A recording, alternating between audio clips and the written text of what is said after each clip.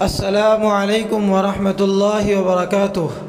محترم ناظرین، آج ہم آپ کی خدمت میں بہت افسوسناک خبر پیش کرنے جا رہے ہیں۔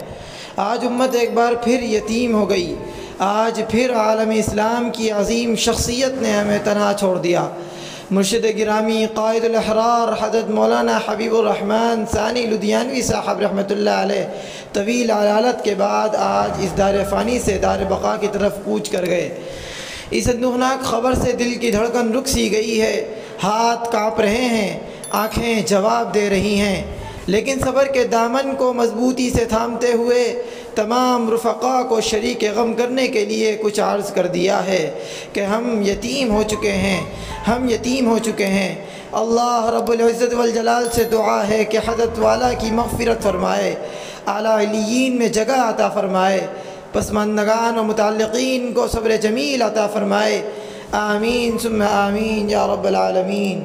السلام علیکم ورحمۃ اللہ وبرکاتہ۔